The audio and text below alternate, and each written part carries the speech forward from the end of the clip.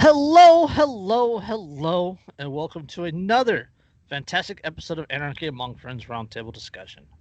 Before we get started, let me first remind you that we are covered by the BIPCOT No Government License, which allows for the use and reuse of this podcast by anyone and everyone except for governments and the bludgies thereof. You can learn more about that at bipcot.org. That is BIPCOT.org. We're also protected by Brandenburg v. Ohio, 1969, which ruled that the government cannot punish inflammatory speech unless that speech is, quote, directed to inciting or producing imminent lawless action and is likely to incite or produce such action. Therefore, everything said here on Anarchy Among Friends Roundtable discussion is entirely hypothetical and for entertainment purposes only.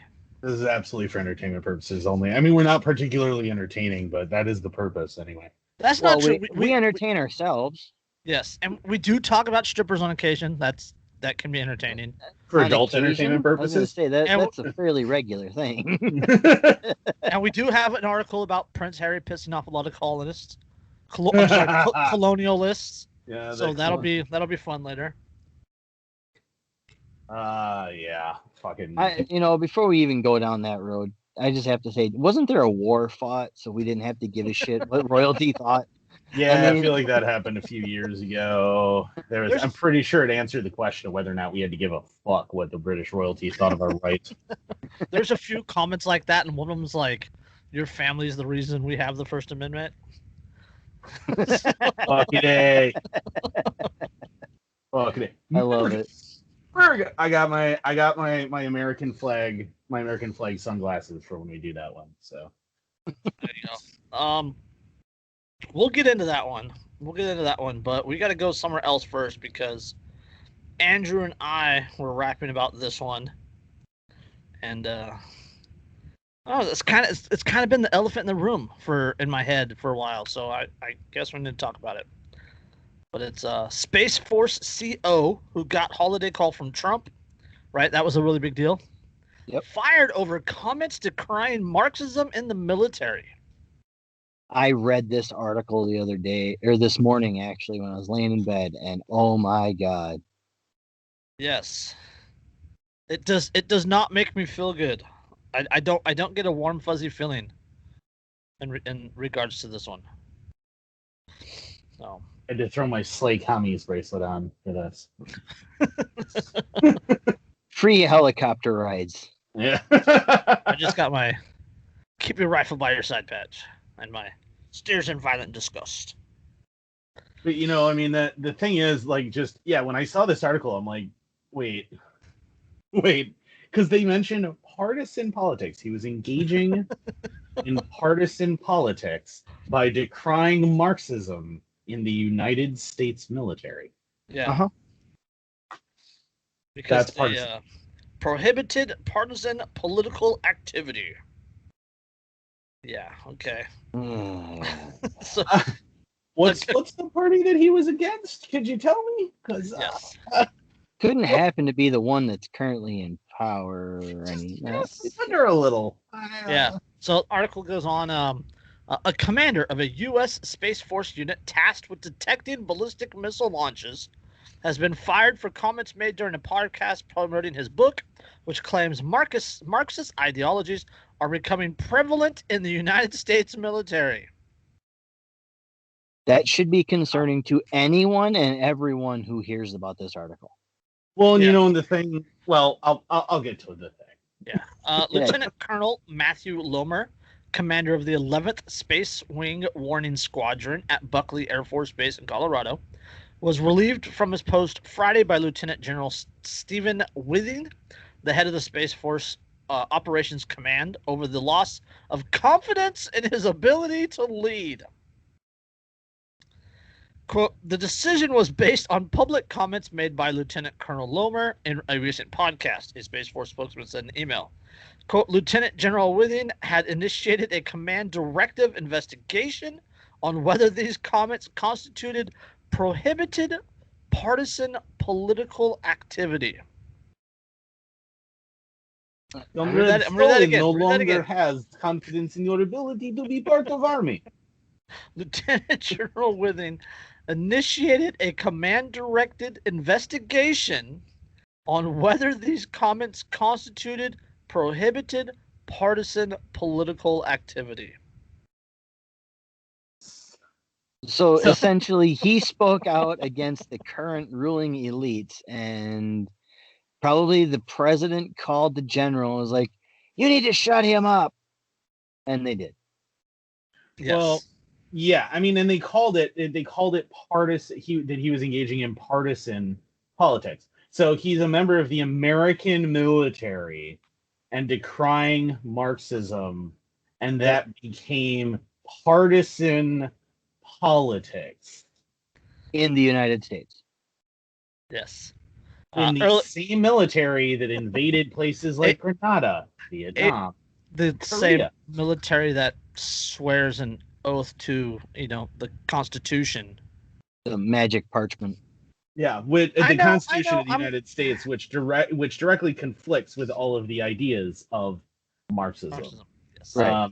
Despite what some of the great presidents of the United States had to say about it. I mean, don't forget that Abraham Lincoln was a very big fan of Karl Marx, and in fact knew him. Mm-hmm. Uh, Earlier this month, Lomer, a former instructor and fighter pilot who transferred into Space Force, self-published a book titled, quote, Irresistible Revolution, Marxism's Goal of Conquest and the Unmaking of the American Military. Well, Irresistible Revolution is a timely and bold contribution from an active duty Space Force lieutenant colonel who sees the impact of a neo-Marxist agenda at the ground level within our armed forces. A description of the book reads. We don't believe that you would be willing to stand with us during the most glorious People's Revolution. Yeah, the revolution. The revolution. You got to keep in mind too that military code does not prohibit you from writing books, especially if you're a commanding officer, commissioned officer. It doesn't prohibit you. Navy SEAL. Yeah, it does. Well, the Navy SEAls are encouraged to write books. Fucking glory hounds. But we're the quiet professionals. They, on the other hand, well, they're the very loud, obnoxious professionals. How do you know someone's a SEAL? Don't worry, they will write a book to tell you. They'll put in their CrossFit routine too. Yes, but you're not prohibited by code from writing a book if you're to discuss complicated issues with like leadership within the military, or to put forward what the direction in the future you think the military should go, or the weapons that they should like. There's a long tradition in the American military of doing exactly that and talking about, we should maybe work on these new tank things and try and find a doctrine, which is what Patton did. He wrote a book about it and stuff, and that was a thing that he did, which should have been just that's concerning. That's maybe we should worry about whether or not this hardcore tyrannical ideology is becoming a big thing in a military.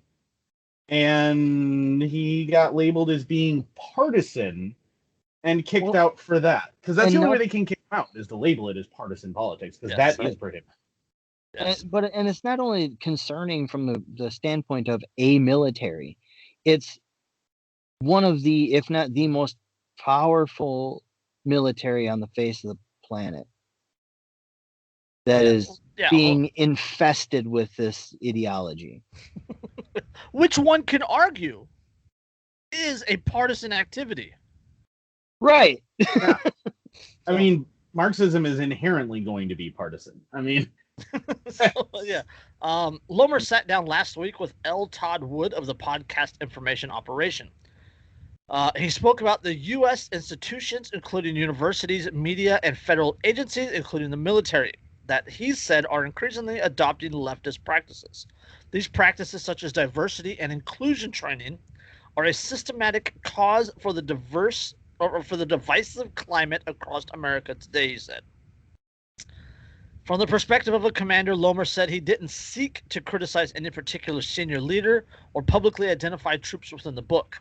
Rather, he said he focused on the policies service members now have to adhere to align with certain agendas quote, that are now affecting our culture.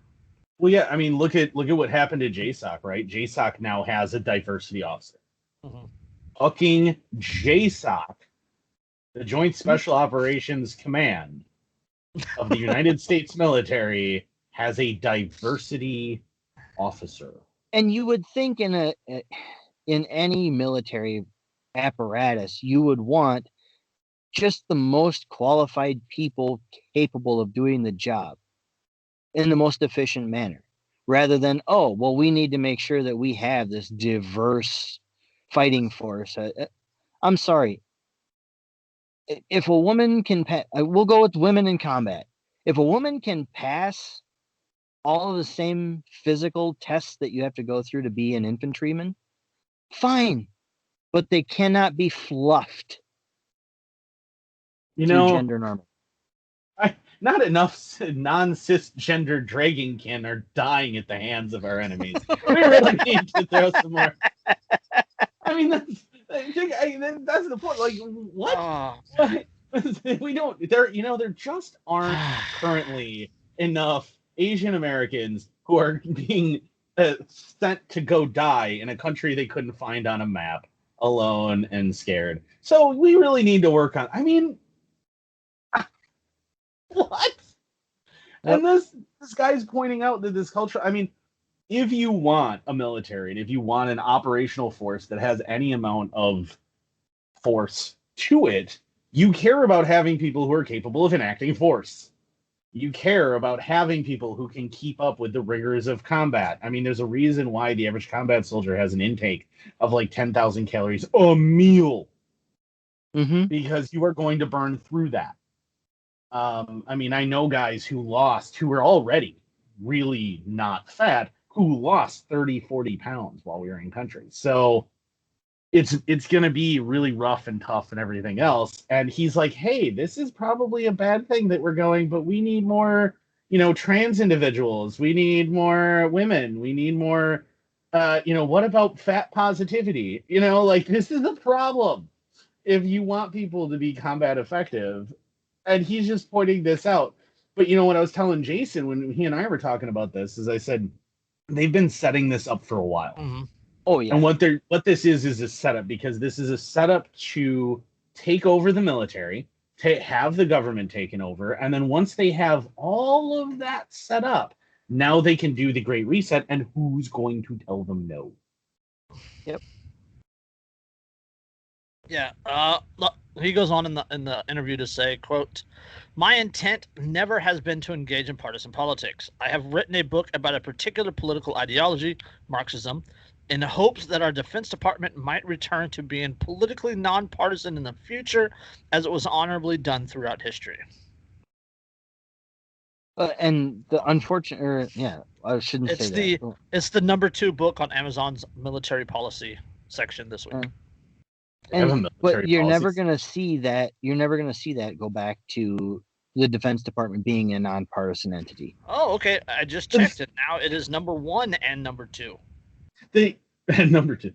The defense, but the Defense Department has never been, formerly the War Department, has never been non-political. And I mean, inherently, there is in fact nothing more political than a military, because if you're going to use it, you're using it to force your politics on other people with, violence. Lots and lots of violence. So, I mean, and that's what I'm talking about. Like when I say, like, you want a motivated military that's going to be able to sustain the rigors of combat. This is to enact large amounts of violence against people who don't agree with you. This is why a military exists. It's its only reason to exist is to fucking kill people who don't agree with you politically. So the fact that a bunch of cultural Marxists are taking it over should be really fucking scary. See, okay, now this is where my mind starts to work, and I start drinking the water Alex Jones was talking about. The more before you go down this road, the more down the rabbit hole people look, the more Alex Jones starts to actually make sense. It's really scary. Okay. All right. So this, decrying Marxism in the military, gets a guy removed from command, right? Literally proving the existence that there is Marxism in the military. And as you guys have both, you guys are both former military, you understand and you see it. Like I'm an outside, I'm an untrained civilian goofball, but like I've seen it in the military, right? The rise of Marxism and the Marxist ideologies and all this inclusive stuff, and the shift that is starting to push out like traditional American values out of the military, right? I mean, that's without argument. Even right? traditional military values okay. out of the military, just universal ones. All right, so you take this, and then you add in the current push against domestic terrorism. You add in the what is it? The not the defense secretary, but it's one of the other ones up there saying that white nationalism is the number one domestic threat. And the fact that they label Bois as white nationalists. Mm-hmm. Yes, because a traditional military, a traditional military, traditional U.S. military, the constitutional military that we're supposed to have, right? Arguable. You mean the standing army that's not supposed to exist? Go with me for a second. Yes. I mean, that's another rabbit trail we're not going to go down just yet. But the traditional American military, the traditional American values, that sort of thing, would not respond to a civil conflict on U.S. soil involving domestic terrorism, that sort of thing, right? Yep. But a Marxist military would happily respond, fighting white supremacists, quote, white nationalists, domestic terrorists on American soil. Well, yeah, I mean, look at what just happened. We just talked about it the last show where we talked about that aircraft that wouldn't take off, that F-15 that wouldn't take off and said no, because it was going to be against American civilians, and they said no, absolutely not, we're not doing that, and the orders were issued in secret and everything else.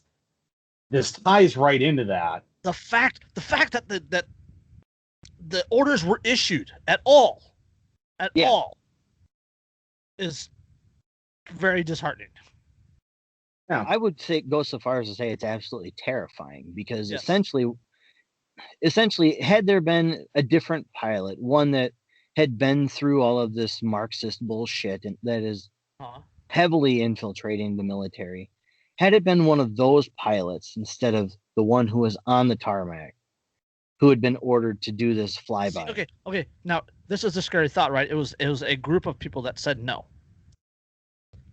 What if some of them wanted to, and then did not out of peer pressure from the other ones? Yeah, you're almost guaranteed there were a couple of them that would have bent over backwards to do it. Well, and what should scare you too is to consider that ultimately an order like that being refused is going to come down to the pilot saying no, I'm not doing that. It's going to come down to the pilot. And what is required in order to fly a fighter plane in the American military? Right. Logistics. You know what you needed? Logistics and flight crew. Well, not only that, but in order to be a pilot in the United States military, Chris, what do you have to actually fly a fighter jet? Well, you have to have 20/20 vision. You have to be an officer. When to be an officer, you have to have a college degree. There we go. You have to have a college degree. You have to have gone to college. And what are all the colleges pushing? Yep. Especially here in California. Remember, that was a California National Guard F-15. Yeah. So again, I'm not making any conspiracy theories. I'm just pointing out a few lines that can connect some dots here. From the article, he also took issue with, quote, the Pentagon spokesman seeming to allude to Press Secretary John Kirby. Lomer claimed Kirby said, quote, there are too many white pilots amid the ever-increasing pilot shortage. Just be thankful you have fucking pilots. Just putting it out there. But here's the thing is, what I can see, and I mean, I might be off base, but I suspect that I'm not. What I can see is that the move here, and what I was talking about, what they've been setting this up a long time, is the goal is to get to either have positions vacant that would only be occupied by people who would be counter to the Marxist plans, or to fill every possible leadership role and every possible significant military role. Because the bottom line is you're never going to get grunts to be Marxists. It's just not going to work. Yes. No. I mean, the traditional military is very in line with a lot of American citizens who are pro Second Amendment and very pro First Amendment and everything else. And you see that a lot, basically through the majority of the enlisted ranks. You see a lot of that. The southern states make up the large majority of the infantrymen in the military. Well, and most of the bases that train the infantrymen. I mean, you have Texas, Fort Benning, Fort Bragg, Fort Hood. Sorry, we didn't do our job. Here's a gate. That's, you have a lot of those training bases there, but it's going to be very, very on the traditionally conservative side of things, right? Is most of the people who are actually going to do the legwork and enact the violence. But if the leadership is telling them these are your orders, a lot of them are just going to do it because they're also 18, 19-year-old kids. Right. Yeah. Right. And they've had it beaten into their heads. So the idea here is you get rid of everybody who opposes it. And if you can't replace them with somebody who's Marxist, you'd rather just not have the position filled. Well, so that way when you have to put down a rebellion or some sort of a fight against them, then everybody's just going to do what they're told. Well, yeah, that's one of the other things that we've seen in recent times, and there's been articles about it, about how the upper echelon of the military is continually pushing out the conservative voice, right? And they're becoming more and more big government yes men. Well, yeah, look at what happened. Look at what happened to Petraeus. Look at what happened to Mattis. I mean, these are generals who. I mean, Petraeus is. We can talk about him all day, but they as soon as they start voicing concerns with the authoritarian moves that are happening in the government, out instantly. Get out of here. You're done. Yep. I mean, that's the. Freaking Mad Dog Mattis. And again, conservatives, remember when this happens again, you started it. Mattis was a very recent sitting general who then got a civilian post where he got to run the military, which was supposed to not happen.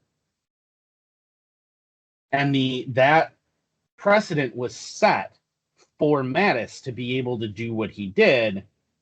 The conservatives set up that precedent. So when a Marxist, hyper hardcore leftist general winds up suddenly running the entire military, who set that up? I mean, the current sitting Secretary of Defense, Austin Lloyd, was a Raytheon lobbyist. Raytheon. Have you ever seen their marketing vid? I mean, seriously, like, if you're listening or watching, like, pause this and go watch real quick. Go watch a couple of Raytheon or General Dynamics marketing videos real quick. General Dynamics. Because if you think that like the Tony Stark Industries stuff that you see in Marvel with his marketing things for these big weapon systems and stuff is just this fictitious made up thing. No, they are not. Nope.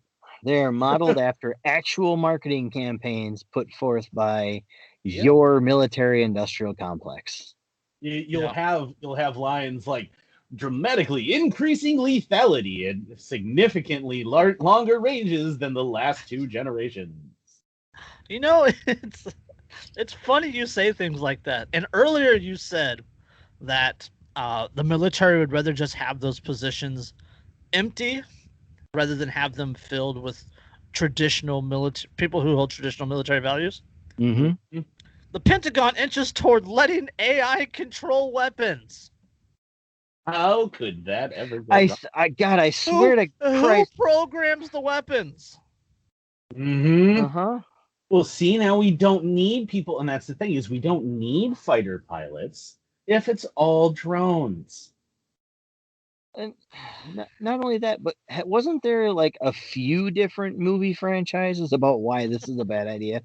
There was even a really horrendous movie that explained in pretty significant detail why this is a bad idea. Yes. Don't watch Stealth, but I'm talking about Stealth. Don't go watch it. Just don't do it. It's not worth watching, but it's yeah. But it's about. If you edit it, like if you remove all the parts except for the Jessica Biel parts, it's an okay watch. Yeah, it could be okay. I can see that. Okay. Yeah, it's still only August, about a 6. Even if you just edit it down to Jessica Biel, it's still about a 6. Nothing but Jessica Biel. No shots of the plane. Not just Jessica Biel. And it still only gets a 6. Yeah. Last August, we're terrible. There's at least one person who tuned into this randomly who didn't expect this. Who's going, those guys are just terrible. But they're still listening. Yeah, they're still gonna listen, but they're just like, if only to be offended. I see you, Nancy. I hope that person goes and joins the military, and I see them on the domestic battlefield. Luka. Right. Last August, several dozen military drones and tank-like robots took to the skies and roads 40 miles south of Seattle. Their mission: find terrorists suspected of hiding among several buildings. So many robots were involved in the operation that no human operator could keep a close eye on all of them. So they were given instructions to find and eliminate enemy combatants when necessary. The mission was just an exercise organized by the Defense Advanced Research Project Agency. Huh? Those are our friends DARPA. A blue sky research division of the Pentagon. The robots were armed with nothing more lethal than radio transmitters designed to simulate interactions with both friendly and enemy robots. The drill was one of several conducted last summer to test how artificial intelligence could help expand the use of automation in military systems, including in scenarios where there are too many complex and fast-moving for humans to make every critical decision. The demonstration also reflected a subtle shift in the Pentagon's thinking about autonomous weapons, as it becomes clear that machines can outperform humans at parsing complex situations or operating at high speed. Has anybody listening to this or any of us here ever heard the term Skynet? Hold on. General if you John, say it gets better, I'm gonna come out there and beat you. I do not joke about Skynet. I'll joke about a lot of things, but Skynet is not one of them. All right.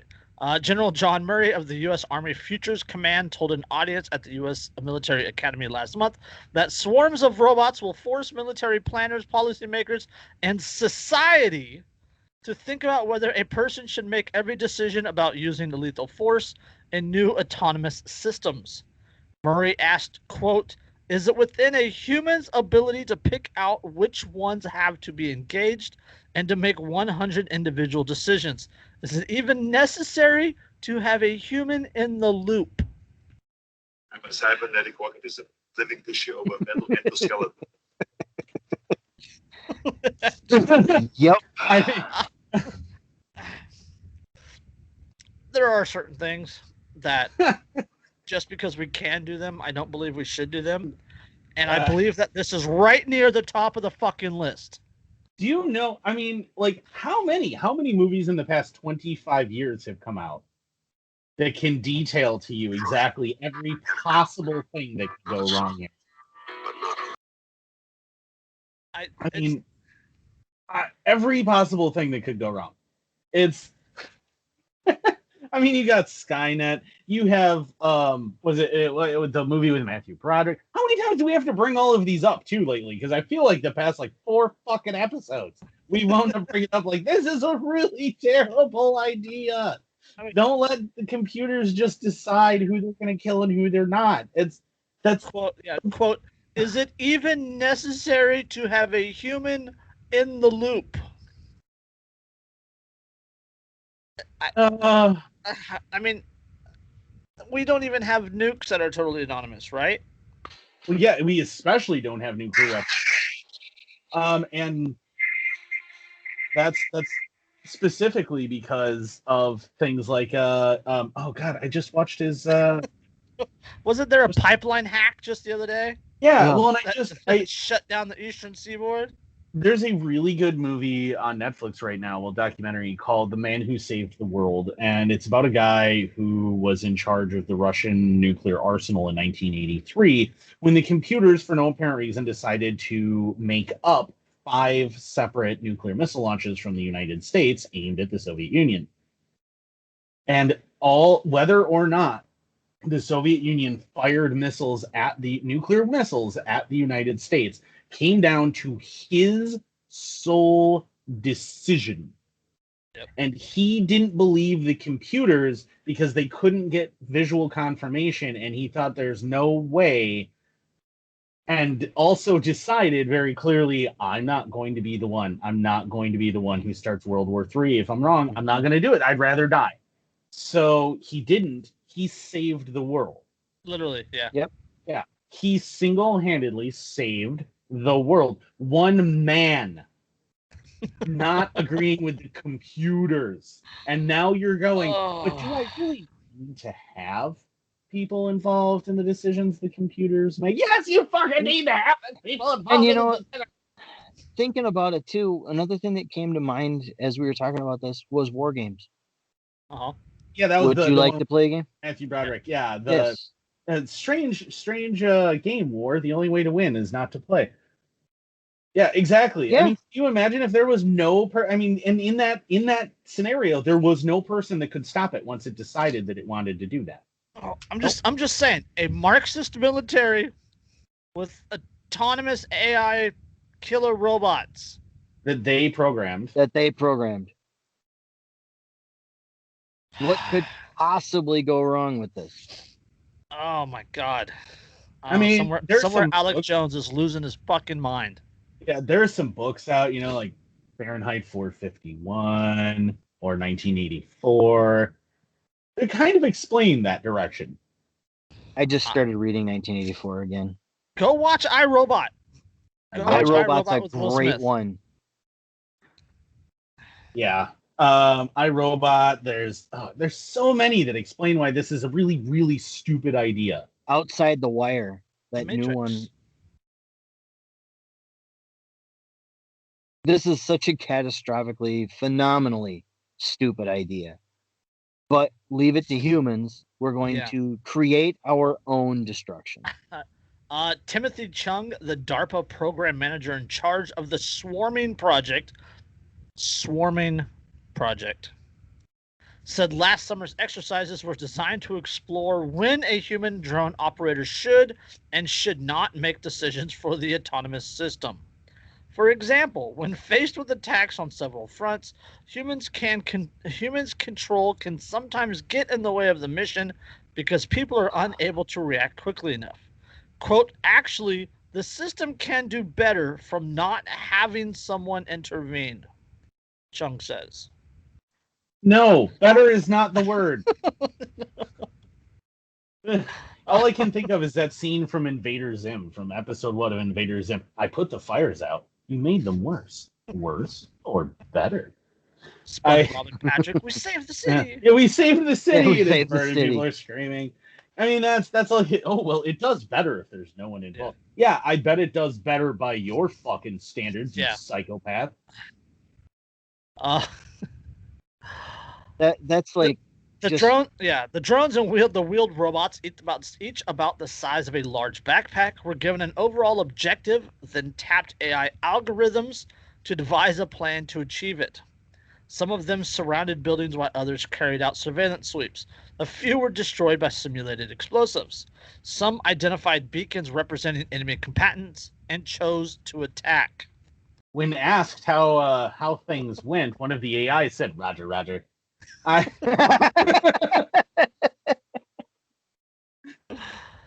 The U.S. and other nations have used autonomy and weapon systems for decades. Some missiles can, for instance, autonomously identify and attack enemies within a given area.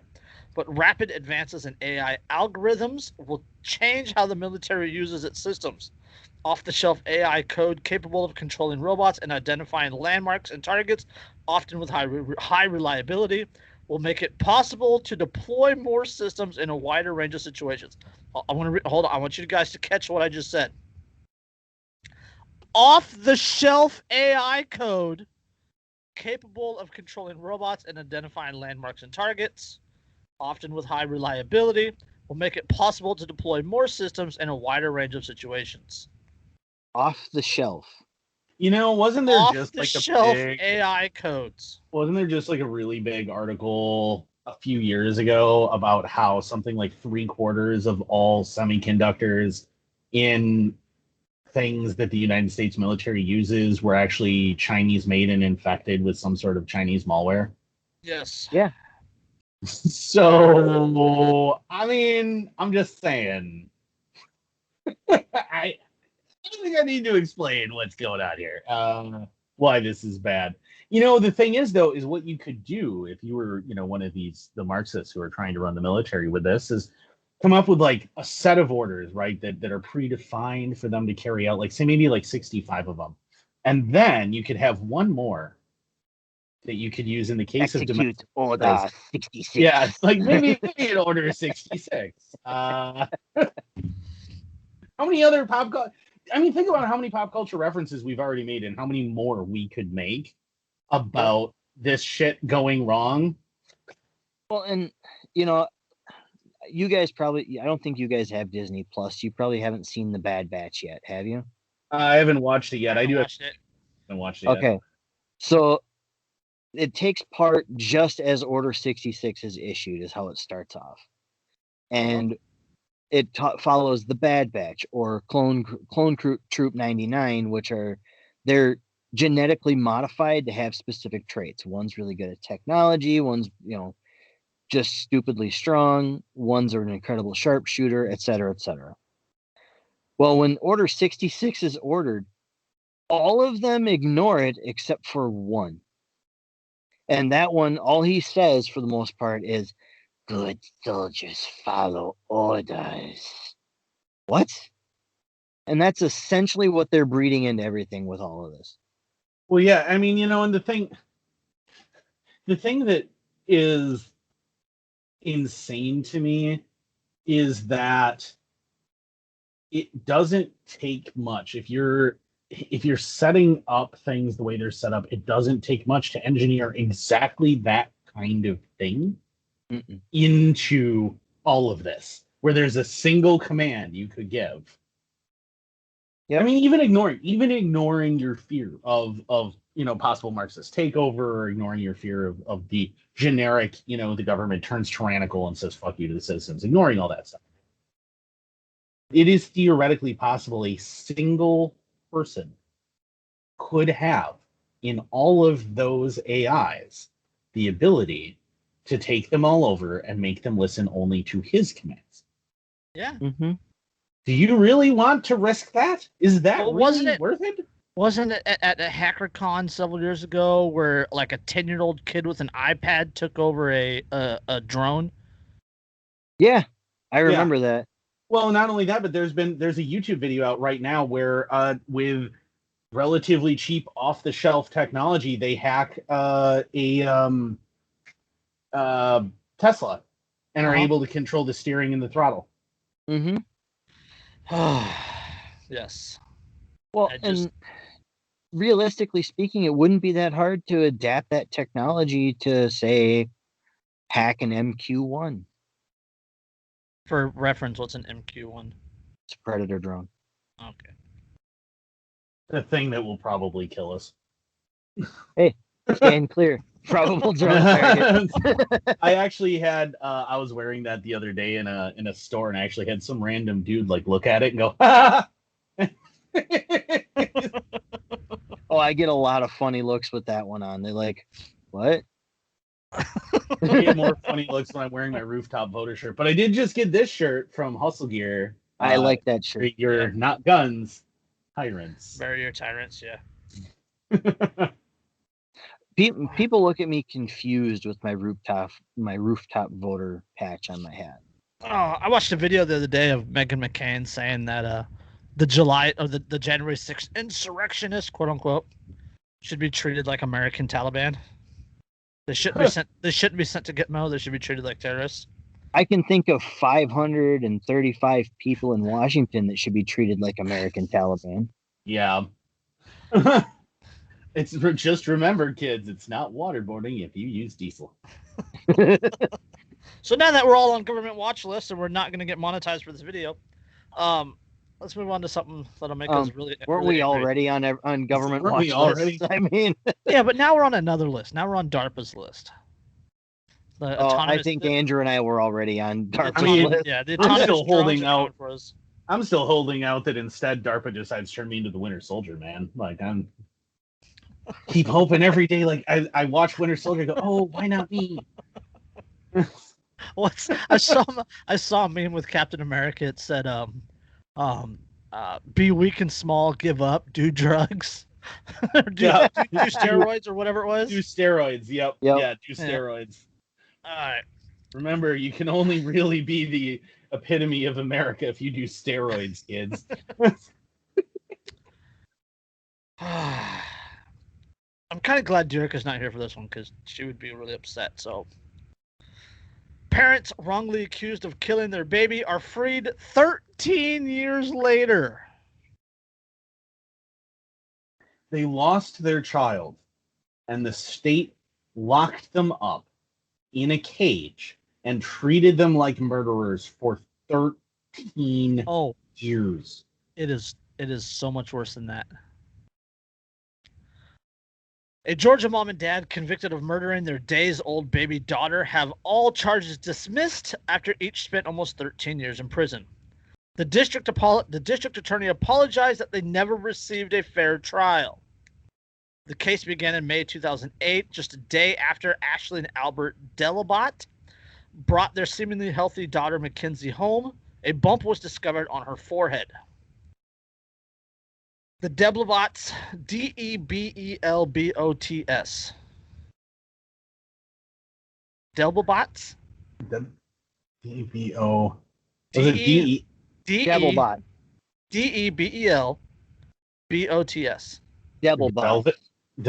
Debelbot, maybe? The Bellbots, whatever. The Bellbots brought her to Martin Army Hospital in Fort Benning, where she died a day later. The couple was accused of crushing her skull. At their joint trial, the defense attorney failed to present alternative explanations for the baby's death, including the fact that the baby may have been born with a serious birth defect, exacerbated by a difficult delivery. The defense attorneys also failed to object when, in closing arguments, assistant district attorney told the jury that, quote, beyond a reasonable doubt standard, quote, does not mean beyond all doubt. She also added that, quote, it does not mean the mathematical certainty, which means we don't have to prove that 90%. You don't have to prove 80% sure. You don't have to be 80% sure. You only have to be 51% sure. That's not reasonable. That's not. That's not reasonable. The words are reasonable doubt. Reasonable doubt. That's not reasonable, which means no. That is not reasonable. 50-50 is no. The parents were sentenced to life in prison. You know, that actually... After their baby dies, then, of course, it's the American South. We should not be surprised by that. Yeah. But their child dies. So they already have to go through the worst possible thing a parent would ever have to experience in the loss of a child. Hold on. It gets worse. The thing is, this isn't even the only time this has happened. There's actually just fairly recently, I watched a show on that talked about a couple where the father was changing the diaper of their newborn little girl, and she started crying, wouldn't stop crying, took her into the hospital. She had 2 broken legs just from having her diaper changed. He couldn't figure out. He's freaking out. They wind up charging him with child abuse because she's got multiple other breaks. And it takes, he is in jail for child abuse because they won't listen, even though the couple's going, no, there's no way this is happening, whatever. They try to convince the wife that he's been beating her, everything else. She almost leaves him. Finally, she talks to the right doctor who hears about it and has had another case of this. And it's not quite osteogenesis imperfecta, but it's close. Yeah. So that's the glass bone disorder. He almost went to prison for abusing his own kid when it was a birth defect. Yes. Yep. They don't care. The justice doesn't care about that. Yep. No. Over the years, with the help of Georgia Public Defender Council, Wisconsin Innocence Projects, and private firms, and the Chattahoochee Judicial Circuit's Public Defender's Office, the couple sought a new trial. When Muskogee Superior Court Judge Arthur Smith refused to grant one, the Superior Court of Georgia eventually heard the case. This time, the defense presented medical evidence that the baby did indeed have a serious birth defect, and added that the DA's office had illegally suppressed brain scans that would have helped the defense make its case. What a shock. Just wait for your day in court. The court unanimously overturned the Dedebots' convictions, saying that they had been denied their Sixth Amendment right to effective counsel. Initially, the government planned to retry the Dedebots, but just a few weeks ago, District Attorney Mark Jones, who inherited the case, decided not to do that. He told the Supreme Court that there was, quote, mounting medical evidence that says the child was born this way, that is, with a fatal brain defect. Then he went a step further and apologized to the Dedebots on behalf of the office for, quote, not getting a fair trial.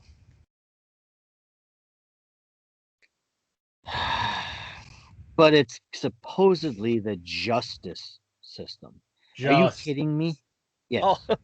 Oh, this seemed to shock Ashley Dedebot almost more than being freed from a life sentence. Asked in a press conference how she felt about the DA's apology, she replied, quote, I thought I would never hear that word being said to me ever. Once you're incarcerated, the word sorry never comes to you at all. She added, I don't hold any bitterness towards anybody. I sure as fuck would. The husband, Albert Dedebot, seemed a little less mellow. Quote, I joined the army protecting the same freedom that was taken from me. I lost a buddy in Iraq, and another buddy lost his leg protecting the freedom we so believe in. We came home, and the same system that we went to war to protect never protected us. Welcome to the family, Mr. Dedebot. Yes. An attorney for the Delebots observed, too often we would rather believe that good people did a bad thing for no reason than believe that a bad thing happened for two good people for no reason. Just take your day in court, right? That's what they tell you to do. Yeah, well, right. Yeah. It's and the couple I was thinking of, it's Will Meade and Brooke Bornhorst down in Florida. It was their 7-week-old that was showing signs of a lot of breaks and stuff, and he almost went to prison for child abuse until it turned out it was elevated parathyroid hormone levels and an elevated alkaline phosphate level. Yeah. And that's actually all that actually was. It's called Ehlers-Danlos syndrome was what was happening to that kid. And I mean, and this isn't, and that isn't even the only one. This shit keeps happening.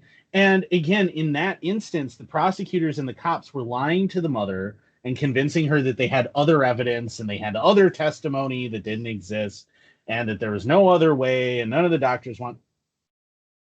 Well, and that's what they do. That's what, especially the cops, that's what they do.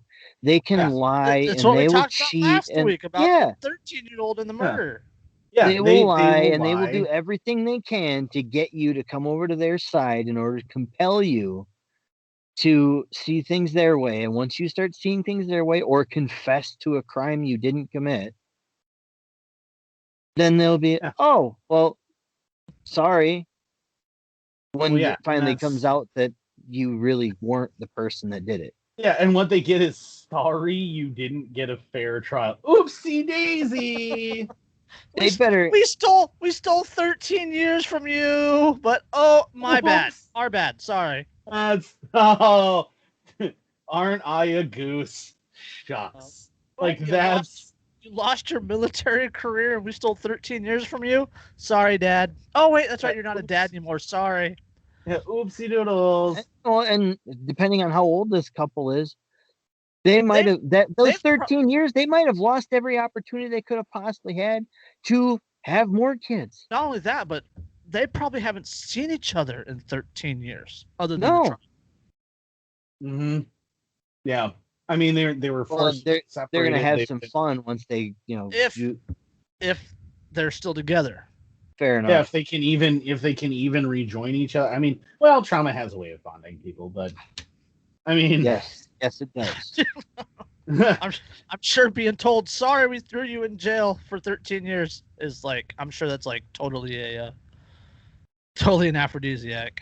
gosh, I mean, I'm so glad that I can take that sorry to the bank, and that sorry will get me my house back, and that sorry will get me my military career back, and that sorry will get me my reputation back. And I'm so glad that sorry will pay for me to have a car and food poof, on the table. The two other kids you were gonna have were totally right there. It's magic. Isn't that great? Yeah, but just wait for your fucking day in court. Yeah. Oh. So you're saying that the state doesn't care about your freedoms and your rights? Is that Gosh, what I might be. It's almost like this suggesting is a recurring theme with our show, where we may insinuate that from time to time. So you would not be surprised that a Santa Barbara County Sheriff's Office is utilizing a canine to seek out ghost guns? I can't. I love this stuff. It's a cane to sniff out plastic. Not just plastic, but like basically they took a narc dog and trained it to sniff out firearms. So it finds guns, but it may not find ghost guns because what they're after are the ghost guns. Yes. But And this is, yes. I mean, and this is in the post Harris era. If you guys know what I'm talking about, the Florida v. Harris 2013, where the Supreme Court ruled that a drug dog, any kind of a sniffing dog, alerting to something because of the inherent unreliability of said dog. Republic, Washington. There's an article on the Reason about a dog, canine in Republic, Washington, 100%. that hit 100% of the time, even though it was wrong. Even though it was wrong, like 54% of the time, there were no drugs, they were still. They were like, this thing has a 100% hit rate. But they still civil asset forfeiture on everything that the dog hit on. Even though, and that's the thing, is that, I mean, that was one of the cruxes of Florida v. Harris, is that the dogs will inherently want to please their masters. They know that their masters are happy when they hit, so they're going to hit on things that don't actually exist. So this is a post-Florida v. Harris world where the Supreme Court said that a drug dog hitting does not constitute actual probable cause for them to search. Yep. And they're going to use a dog to sniff out gun oil and thermoplastic? Yes. Because we all know that nothing could ever smell like oil or plastic. So this is especially in a car. So this is California. Gosh. This is California. Santa Barbara County is just north of Los Angeles. I am shocked that this is still. So the Santa Barbara County Sheriff's Office says it's seeing an increase in the number of ghost guns during searches. Because you outlawed all the legal shit, you fucking bastards. It's almost like when you do that, you create a black market. The gun might look similar to any regular gun. However, it's missing one major piece: the registration to make it legally owned. Hold on. You probably heard of canines trained for narcotics and search and rescue missions, but canine Zeke and his handler, Deputy Shane Moore, are trained in something different. Zeke is the only canine in the Tri-County area that can now sniff out weapons like ghost guns. Quote, Zeke is trained to alert on what we call polymer 80s, which is the grip part of the handgun. He's also trained to alert on steel, the slides, and the ammunition we use for firearms. Wait a second. He's trained to hit on steel. What the hell are cars made out of? What the hell is tons of things? Knives, hammers, lawnmowers. Deputy Moore says the odor is even harder to detect than drugs or explosives. No shit. Everything smells like those things. Hold on, Good hold on. God. Just wait till you get to numbers. The pair's recent graduation from detection school comes at a time when Santa Barbara County Sheriff's Office says they're seeing a rise in the number of ghost guns being confiscated during searches. Quote, in 2020, we had 21 ghost guns found throughout the year, and that's a pretty significant number considering the 2 years preceding. The numbers were 5 each. Because the 3D printing hadn't achieved what it can yet, you fuck. Not only 3D printing, but I mean, like I said before, they banned all the good shit in the first place. What do you think people are going to do? They're going to find whatever way they can to acquire the weapons they need, especially when you encourage people to be fuckwads. Government, But I'm trying so hard Police will never enforce gun confiscation. Yeah. Yeah. Never. No. The police. I've actually had people unironically actually tell me, well, the cop's job is to protect your rights. That's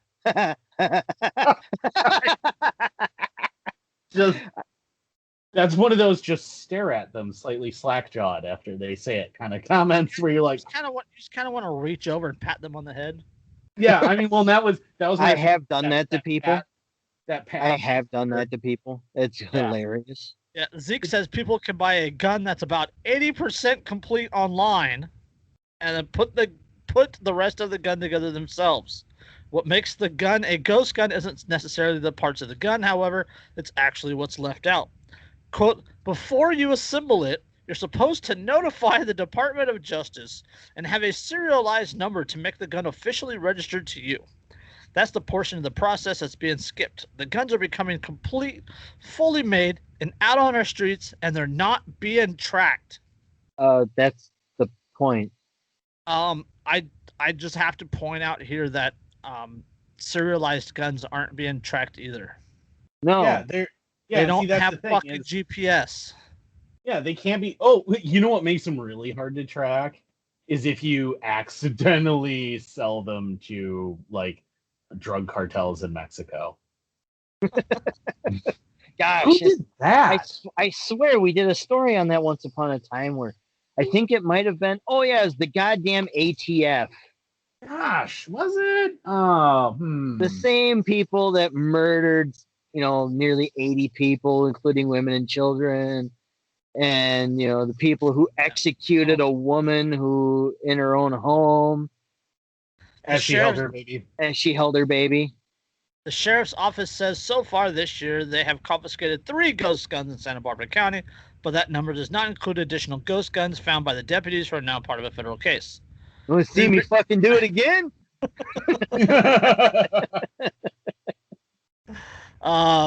The article says we reached out to the San Luis Obispo County Sheriff's Office to see their statistics on finding these types of weapons. A spokesman for the department says they come across ghost guns from time to time in criminal investigations, but they don't track the seizures in a database. Gosh. What? Gosh, so you mean to tell me that they don't track the seizures, so they, just can randomly disappear again? I am shocked. I am just shocked. What? So wait. So he said categorically, okay, that the number of guns that were seized was up, but they don't track the number of guns seized. Yes. So how would you know? No, the feds don't track. The county level tracks theirs, but that the feds, the numbers that Joe Biden uses and the politicians use, those aren't tracked. Oh. So. Yeah, I mean, come on.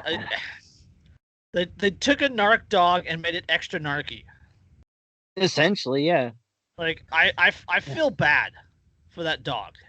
Like, he's gonna go through his entire life just being a worthless piece of trash. I saw this article on Facebook. And the person's commentary was, "Not all dogs go to heaven." I love it. And then I'm a dog person, but this is one of those instances where cats are definitely not fucking narcs. Yeah. You could train a cat to detect drugs and guns, but it ain't no fucking narc. Isn't gonna tell you shit. It's just gonna stick its tail up in the air, show you its asshole, and walk away. Yeah, look at my butthole.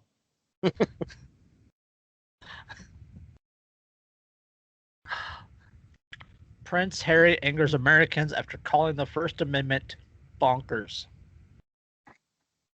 Prince Harry can lick my sweaty nuts. There was a war about this.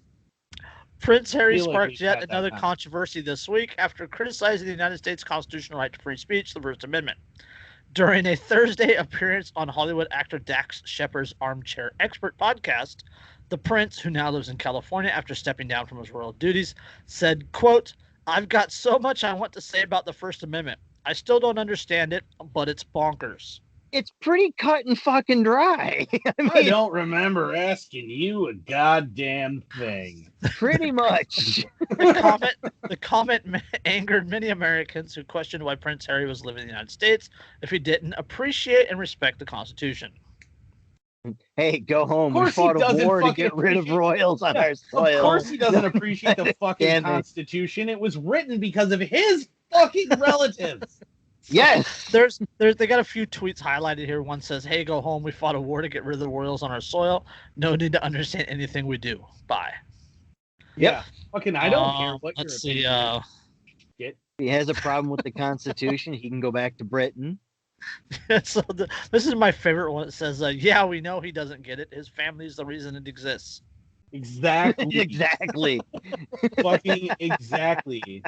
That's the thing. Like we had this conversation. Americans were a little forceful in our argument. I love it. I love Arguably this the one top down 5 here. best breakup line ever. Right, the Declaration, yeah. I love And this then, one of here course, the too. It Cuban says while another advised the prince to take a lesson on American history, pointing out that the American Revolution took place in order to rid ourselves of the British and get our freedoms. Yeah. Others were more direct, telling Prince Harry to go back to England. Dan Crenshaw replied, "I just doubled the size of my Independence Day party." Exactly. It's coming up on fucking the 4th of July too. So I'm just gonna point out that the last time that a Brit was in the United States and bitching and complaining about us being able to say whatever we wanted, we poured a bunch of hot tar on him and covered him in feathers. Did it to his buddy too. And his buddy. Ironically, I love this line too. Ironically, during the same show appearance, Prince Harry criticized podcast host Joe Rogan for speaking without thinking after Rogan sparked controversy by arguing that young, healthy people don't need to be vaccinated against COVID-19. Oh, I'm shocked, I tell you. Yeah, thoroughly shocked. That needs to be mentioned, and I'll tell you why that needs to be mentioned to people, because most news outlets that talk about this and what he said make it sound like he was specifically talking about quote unquote misinformation being disseminated about COVID. But that thing about COVID came after he criticized the First Amendment. Mm-hmm. So he's just criticizing the First Amendment because in Britain, you basically don't have any real rights. You don't have a right to freedom of the press. You don't have a right to the freedom of speech. You don't even have a right to the freedom of religion. All of those rights you don't, in fact, actually have. Nope. In Britain. So, of course, he thinks it's bonkers. He used to be part of the ruling fucking family that got to dictate for centuries what people could and couldn't say, what religion they could and couldn't have. I mean, Henry VIII, ring a bell? He's only vaguely descended from the Tudors, but the House of Saxe-Coburg von Gotha is sort of descended from the Tudors, but sorta. So, and that's what he is. Like, they took the name Windsor, don't forget, in World War One, so that they would not sound as German as they in fact are. So, But since Prince Harry gifted us with that comment, I think we should flip the script and talk about Britain for a second. do we have to? Actually, you'll like this one. As long as we're talking about the whole island just sunk into the Northern Atlantic. Hey, we can keep Scotland and the Shetlands. Okay.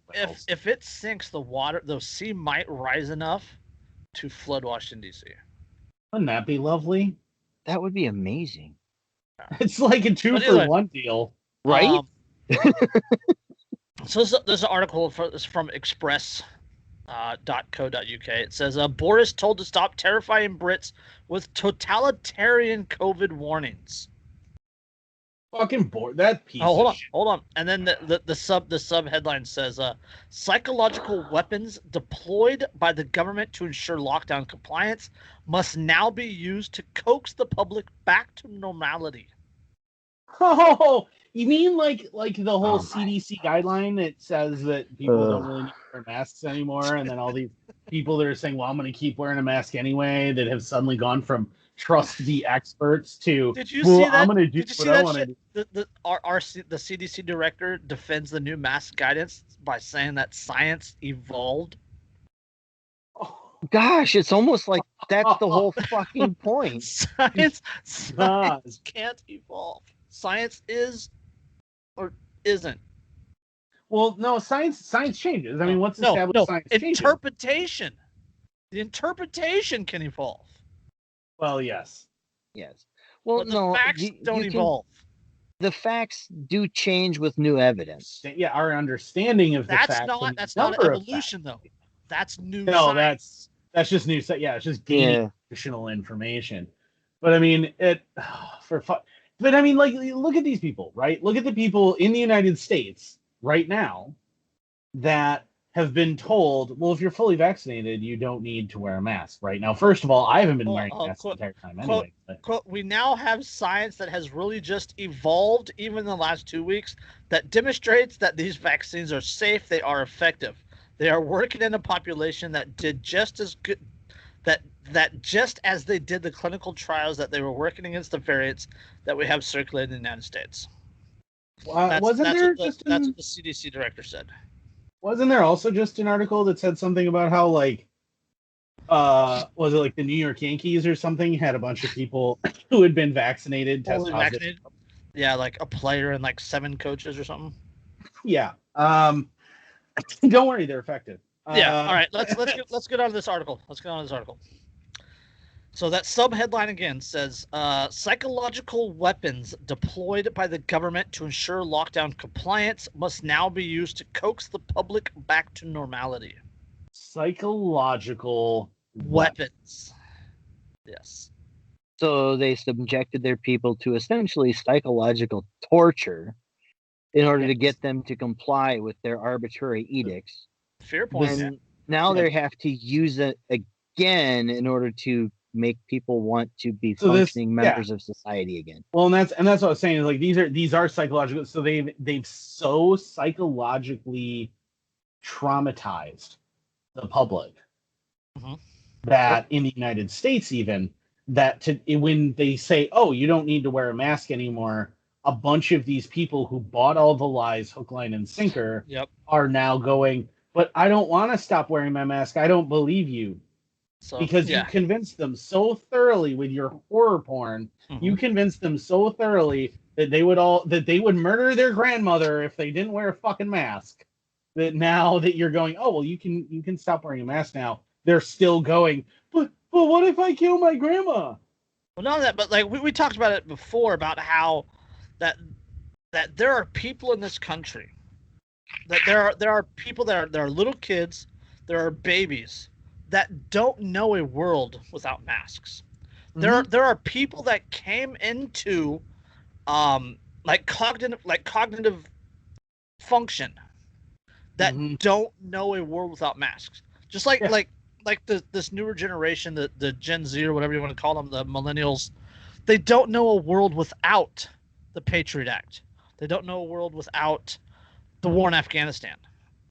Yeah. Right. I mean, shit. I remember when we went into Afghanistan in my sophomore year of high school, and no, sorry, that wasn't. Was that my sophomore year? Freshman year of high school. Yeah. Yeah, that would have been my freshman year of high school. And then I remember when we went into Iraq in 2003. And then I went into Afghanistan and Iraq. Yeah. So, And but now, there are people that exist that vote, that make choices, that are in college, starting college, that don't know a world without 9/11, without the war in Afghanistan. I just saw it actually yesterday. I was at my local vape shop because I know the guy who owns it, and I was hanging out with him. And this group of college girls are all 21, freshly 21. Jeez. But anyway, there's just this group of 21-year-olds come in to buy stuff there, and he looks at their ID, and as he does, I look at it, and the birth year is 2000. Yeah, makes you feel really old. One, it makes me feel old, but also keep in mind that means that they are not old enough to remember a world where we were not at war in Afghanistan. Yeah. They are not old enough to remember a world where the Patriot Act didn't exist, where the Department of Homeland Security didn't exist. Because I remember when that was founded, when Bush started the Department of Homeland Security. They're not old enough to remember a world where Gitmo wasn't where all these terrorists were getting shipped. Like they don't remember any of this world. Yeah. They've never seen it. So yeah, all right, let's get an article. It says, and that's kind of the point, isn't it? Yeah. Yeah, Overton window. Mm-hmm. So the COVID messages, dubbed Project Fear by the critics, included hard-hitting ad campaigns of warnings that youngsters could kill Granny if they didn't stick to the rules. Daily death figures and media.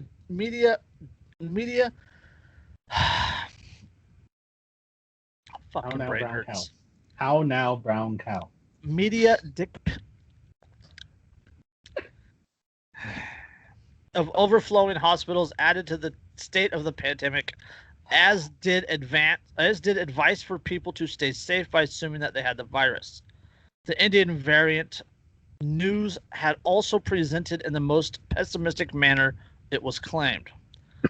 Yeah, it's always, I mean, every step of the way, it's been, oh my God, we're all gonna die. Well, not only that, but how many times have we talked about, like here in the US, for example, how the mainstream media, it's their entire job to sell and push fear.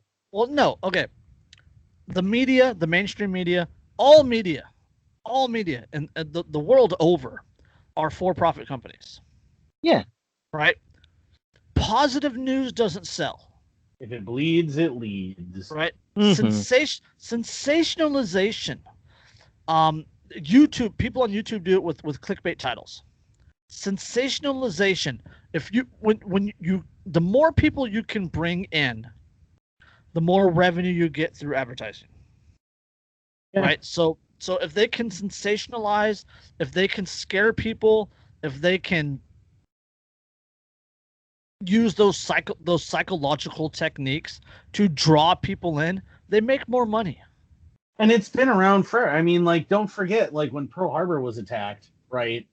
The newspapers, their extras weren't, like the next day they said, oh, hey, by the way, this country that we've been kind of like on a war footing with steadily for the past 6 years has finally decided it attacked us.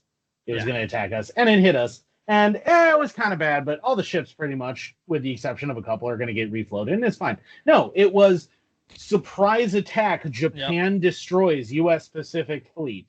Yep. So, one leading Tory MP said that he worried the message policy bordered on totalitarianism. But the time has come to reverse the scare message, experts say, explaining that, quote, instead of act like you've got it, they need to say, quote, act like you've had it and go about your lives. Kind of like Sweden was saying from the word go. Wait.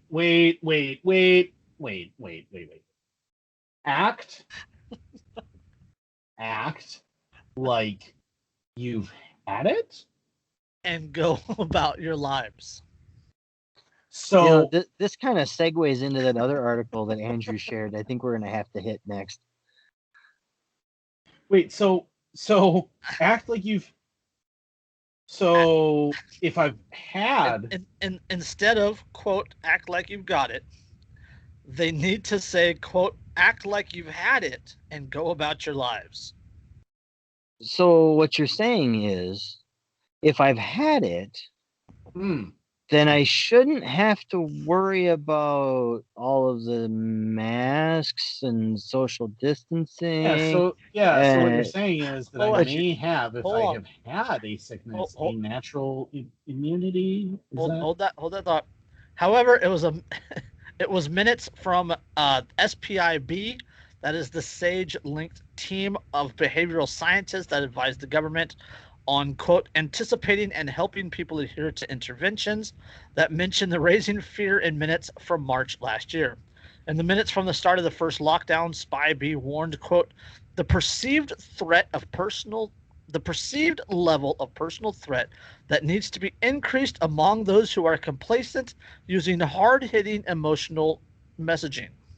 A new book called A State of Fear, released on Monday, said SPIB scientists admitted that they were tasked with mind control. It's a psyop. They were tasked with propaganda. One who wished to remain anonymous told the author, quote, psychology has been used for wicked ends. I don't want to get into this because it's dystopian, and that's what wakes me up at 3 a.m.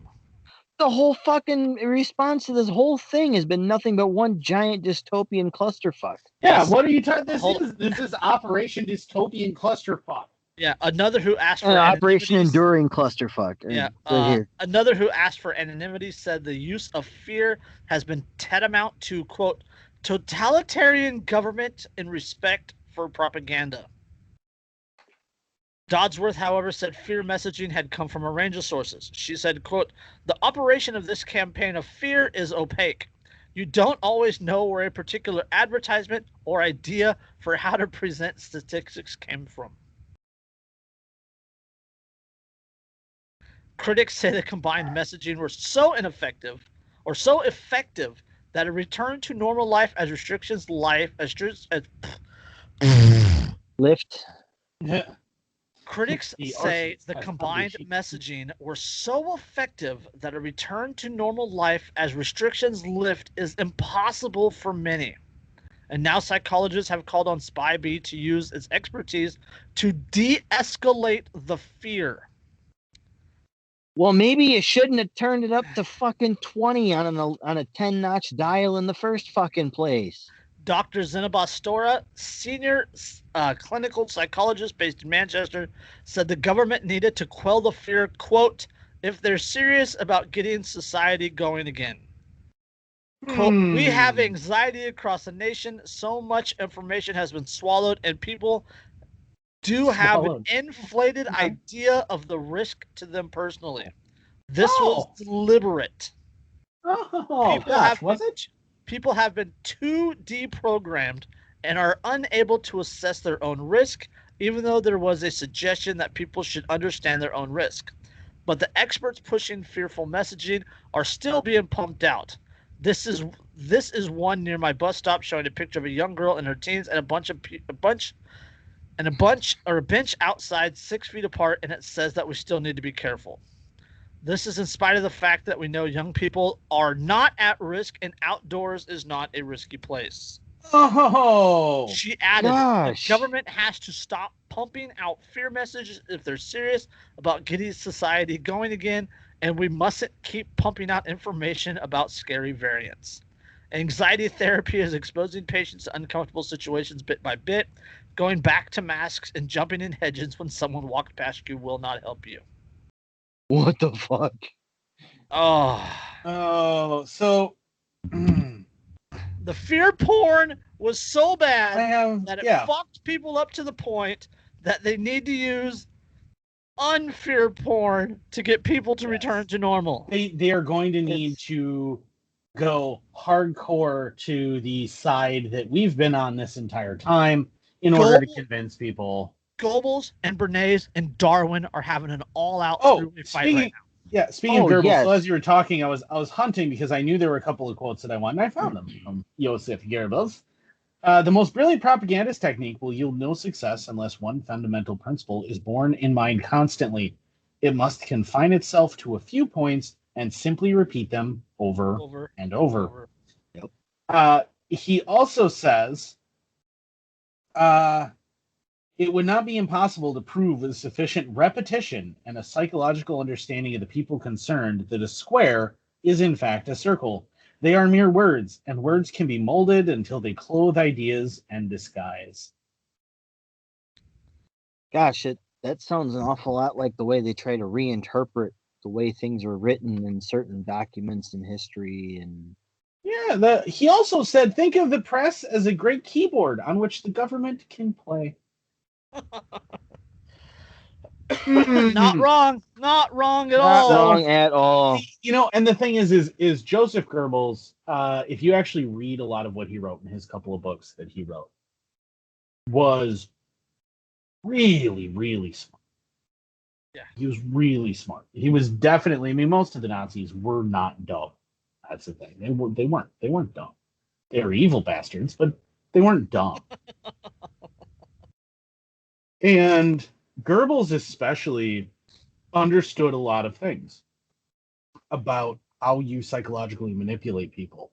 And through this whole thing, like I've been checking versus the copies of some of Goebbels' books that I have, some of the things that are going on, and it has been following, especially in the UK, actually, it has really been following Joseph Goebbels' playbook on how you convince people of an enemy or to be afraid of something, or this has been consistently exactly how Goebbels said to do it. What they're running into now, which is both tragic and hilarious, is like the human part of me goes, oh my god, this is tragic. The Joker part of me is just like so I mean, that's one of the things that it did. Like people have a higher level or a higher acceptance of risk when it comes to themselves. oh, Right? yeah. Like if the government said, "Hey, watch out! This is really scary. If you're blah blah blah blah blah blah blah, you could die." Right? There would be, of course, there's going to be people that would buy it, but the majority of people would be like, "Okay, I accept the risk. Okay, it's not a big deal. 0.003%. That's it. Oh, that's no big deal." But Well, they didn't. The government remember, do that's that. why they changed the mask messaging from you're protecting yourself to you're protecting grandma, is because they needed to convince you that it was about protecting other people, not you. And they played on the herd mentality. They straight up fucking guilt tripped the populace into believing in these mask mandates and social distancing and all the other bullshit. Well, how many of us? I mean, I think all of us here were harassed on social media in one way or another. But you just want grandma to die. You just want my grandma to die. Yep. Right? Like we all got that shit. And pretty you just sure that's don't why I care got about banned from people. Facebook altogether. Yeah, you just don't care about people. You're so selfish. You don't care about. We all got that. And now, oops. Now we can't get society to return to normal. Everyone's terrified of everyone else. Oopsie doodles. Now the only way, because suddenly we're realizing that the economy is just taking this fucking spin down the toilet, that it's still going on unless people go back to fucking work. Oh gosh, what do we do now? Because we've convinced everyone. We screamed, trust the science. So Which loud was and really so which was really synonymous with trust the government, trust the system. Yep. Trust what the system is saying. Trust what the government is putting out. Because there was science saying the complete opposite of what the government was saying. There was tons of science saying completely the opposite. But those people were banned from major social media. So to kind of bring us into the next article about COVID that Andrew shared, I'm going to hold up 2 note cards. On them, I've written 2 phrases that we have all heard consistently, and I will have Andrew read them. Which article? I want you. This is the Is this the Should one- people with antibodies have the same privileges as vaccinated people? Privileged mother. Privilege. I know. So I'm going to hold up these 2 note cards, and Andrew will read them. And I want you two to tell me the difference between them. Oh. But here's number 1. Okay. Arbeit macht frei. Arbeit macht frei. Vaccines make you free. Yeah. Hey, look at that. So You know what we should have done at the beginning here is we should have had that second phrase just put in wrought iron on a gate somewhere. And That'll be outside the FEMA camps that we all get sent to. well, that's the thing. We're not that far from that, man. Like, No, we're really- not. Because you'll notice that, again, just like when Texas said, well, we're not going to have the mask mandate anymore. And then these idiots with the come and take it with the mask. And it's like, no one's threatening to take your mask off of you. Like, you can still do that. They're just saying that they're not requiring people to. Do you understand that phrase? Do you understand the point of that? I don't. So, like, and now we're getting the same kind of shit. Because the CDC guidelines and the stuff in the UK, we're getting the same shit where people are like, well, I'm just going to keep wearing my mask. Okay. What's it? David, That's your choice. David Hogg said he's going to keep wearing it because he doesn't want people to think he's a conservative. Uh, Yeah. Yeah, see, that's where my problem is right now, is exactly the flip of that, where I don't want people to think that I actually believe that the virus is going to, like, spread from somebody who doesn't have it, so I don't want to wear the mask, but at the same time the government told me not to.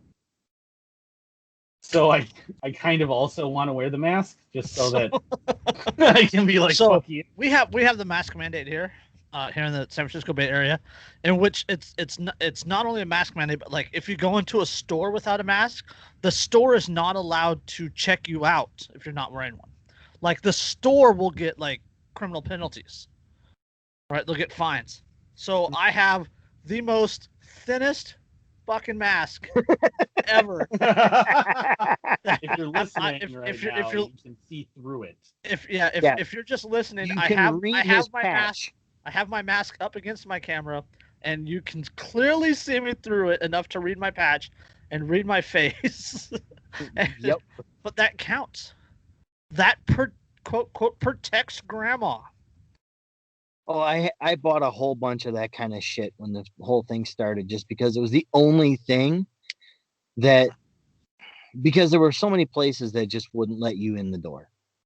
So I bought a bunch of those things to wear. I was wearing them into work, and I was even wearing them in the office. Like when I had to leave my workspace to go somewhere, I'd wear them I work in a hospital. And it was okay until all of a sudden one person showed up and goes, well, that's not going to help anything. I said, I know. Mhm. Well, why are you fast. wearing it? I said, because the rule says I have to wear a face covering. It doesn't say it has to be useful. Yeah. If I walk into a store and I pull my shirt up over my face, right? That's illegal, according to the mask But your mandate. shirt is My more shirt- dense My shirt than is your thicker. fucking My shirt mask. is thicker than that mask that I wear. Oh yeah, I love it. have. I mean, I didn't even have to, like, initially. I didn't even have to get any because I had the neck gaiters and stuff that have the skulls on them and everything, because I like concealing my identity. And that's one of the things. That's what is it? The neck gaiter. Yeah. But it's not like it's a mask. It's a UV protectant. Yep, that's what mine are too. Mine are from SA Gear. Yep, mine too. They used to run, and they don't seem to anymore. They used to run like a deal where you could buy like 10 for like $25. And that's when I bought just like a shit ton of them. But no, I mean, and that's the thing, is like nobody bothered to ask consistently through this whole thing. None of these idiots bothered to think critically. None of them bothered to analyze any of this shit. None of them bothered to look and go, wait, but none of them. And now that they're being told something different by the same people that they were screaming and berating people and like running carts into them and like Hey, that having happened to screaming me. matches with them. Yeah, that's what I brought up. Screaming matches I've watched people get into fights in the store over masks. over this. Now that the government has convinced them to that point, they were willing to do that. Now the government's like, okay, but I really need tax money, and you guys aren't working, and we Well- need to get back to work now. Not only that, but they've completely disincentivized the idea of going to work by jacking up the goddamn Yeah, unemployment benefits I to think the there's point I think where there's it, 5 or 6 states now that have ended the federal unemployment mandates.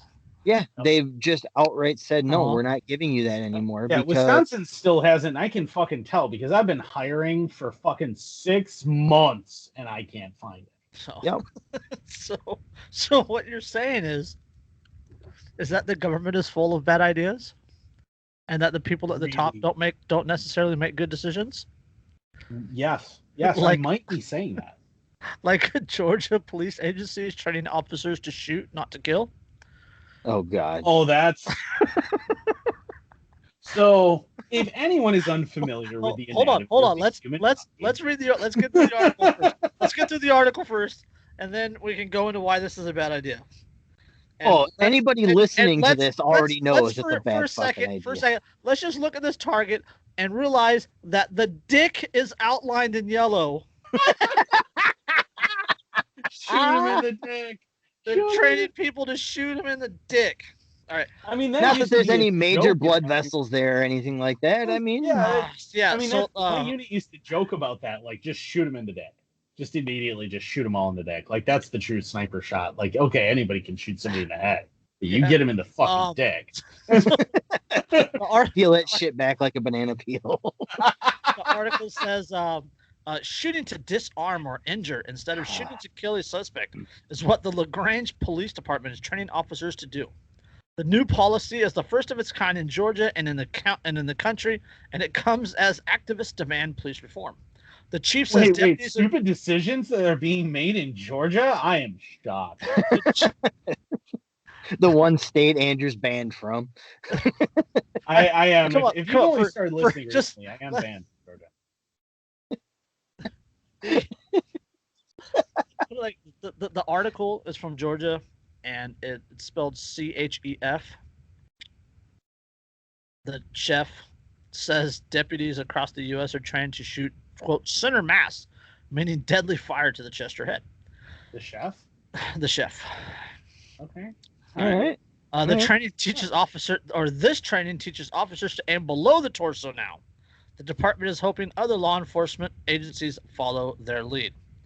Quote, this is an alternative that will be able to be applied in a way to preserve life and at the same time preserve that necessary ingredient for public safety, which is the public trust and confidence, says LaGrange Police Department Chief Luis Dekmar. Quote, as we develop different practices, we share those and we all learn from each other, and and I think this will be an opportunity to do that. Chief Dekmar reported that since training started last week, they've heard from other departments in Albany and Gwinnett who want to implement this alternative too. Okay. Of course, Gwinnett. I want to hear. Everybody here understands basic human anatomy.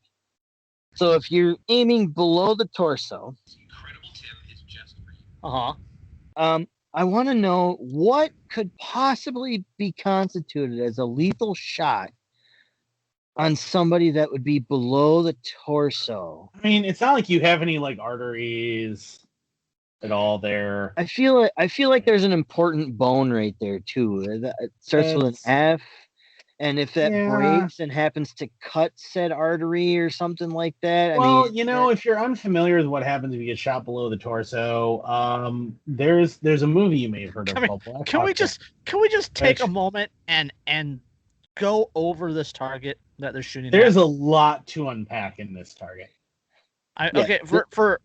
For those those of you that are listening, The little yellow I will square on describe. the deck is just Yes, the greatest that just fucking cracks thing. me up. But I will describe the target for you. It is a full body target. The head and the torso down to bottom of the rib cage is outlined in bright red as your no-go zone. Your arms, shoulder down to about the elbow, are yellow. Your hands are yellow, and your forearms are green. Below that line on the torso, above the chest or below the chest, is also green, down to the little tiny square, about 3-inch square, surrounding the dick. The dick is yellow. The knees And are that's yellow. yellow. The knees are feet yellow. The feet are yellow. The hands are yellow, and the biceps are yellow. The military man in me wants this to be a PowerPoint. The explanation of this. But just a slide. Don't shoot him in the dick.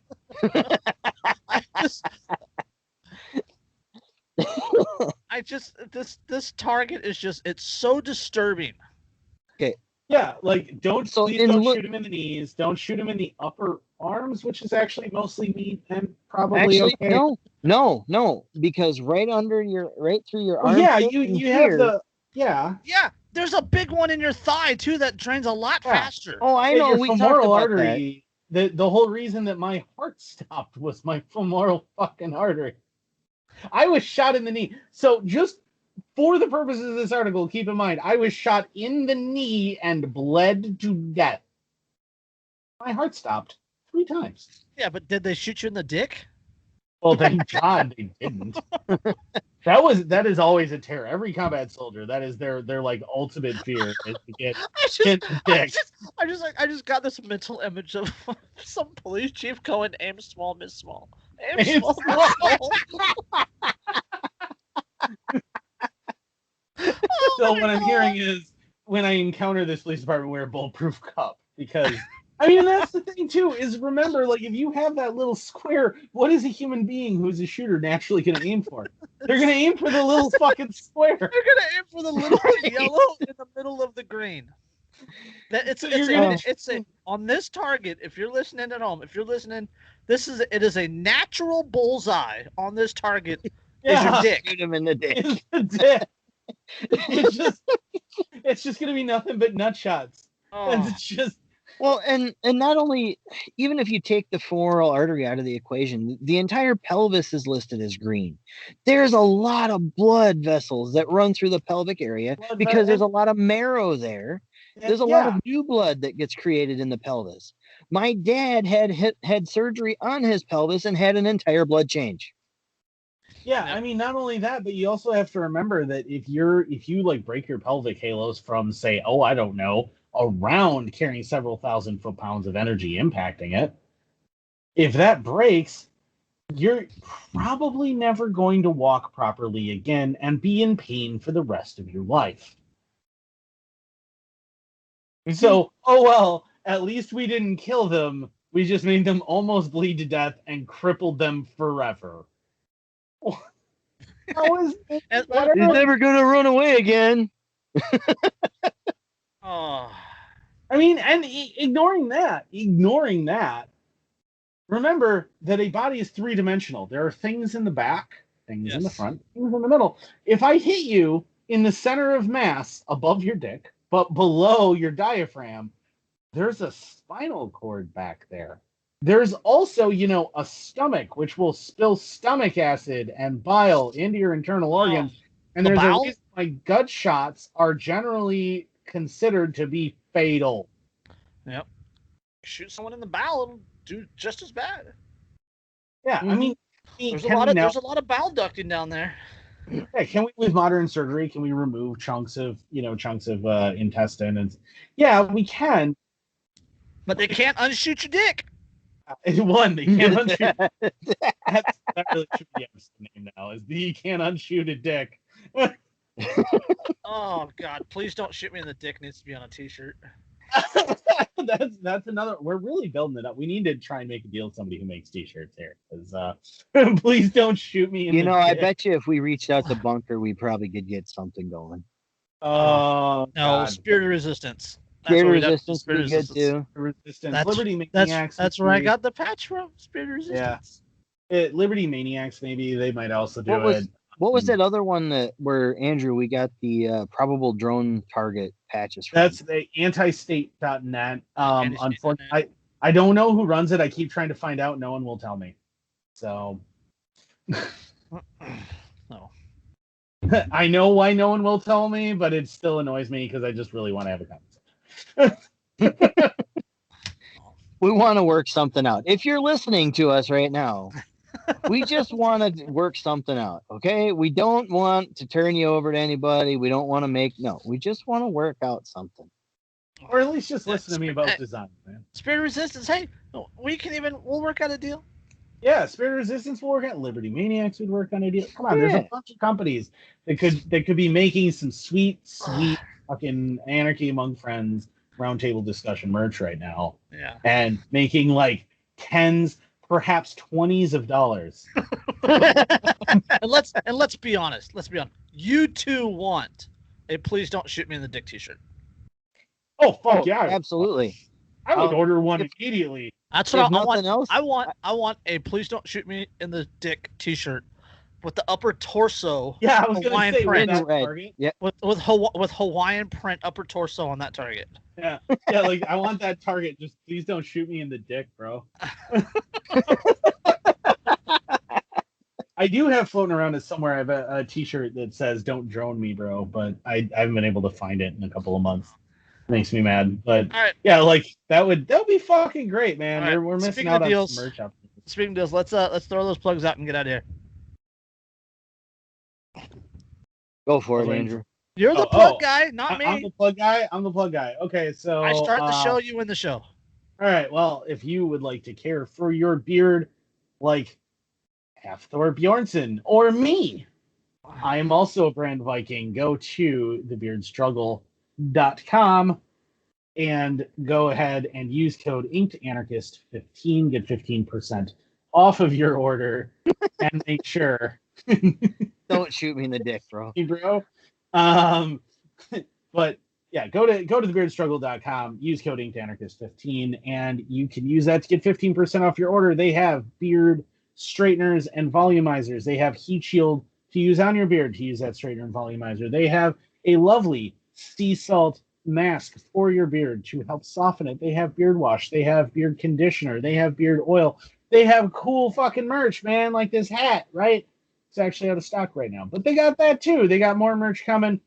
Check it out. They have cool freaking videos. All of us brand Vikings do awesome videos as well that are really entertaining that you definitely want to check out. Again, beardstruggle.com, use code InkedAnarchist15. Also, if you would like some sweet watches, possibly some sunglasses, check out shopvalerio.com. Use code InkedAnarchist25. Get 25% off of your order of some really nice designer style watches and sunglasses. Also, if you're into streetwear and really cool sunglasses, really cool shirts, really cool pants, all sorts of neat fashion forward stuff like these sunglasses I'm wearing right now, make sure that you check out Avicrio and you use code InkedAnarchist25 also on that, and you can get 25% off of your order on that as well, which is sweet. They have some sweet like Cuban style giant gold chains and all sorts of stuff, man. And I know how much you guys are into cool stuff. Make sure you check that out as soon as you can. Also, don't forget to check out Derica's book, Think for Yourself. It is which is linked in the description below. Yes, linked in the description below. It is on Amazon. It is fantastic. It is a workbook. Use it with your kids, man. Teach your kids how to think critically. Also, do that alongside teaching them never to speak to police, as we've covered before. Check out RTA Magazine, Road to Autonomy Magazine. Make sure that you subscribe to that. It is fantastic. It's cool. The articles are all interesting. You want to read RTA. Yes, the newest edition of RTA just recently came out, and Dharma has been kicking ass on that one. Yeah, I got nothing else. You got anything else? I got nothing. I got nothing. So on that note, this has been episode 135, which I think I'm going to title "Please Don't Shoot Us in the Dick," and then don't dick shoot me, bro. Yeah, I'm in the process of making a meme about it. All right. I'd make memes, but I have no place to fucking share them anymore. Yeah. Tell them, start your own Telegram channel. Yeah. So nobody join. I got 57. I got like 56,000 on Wolf. I got like 44 on Telegram. 44, literally 44. But yeah, so we'll catch you on the next one. Peace. Peace.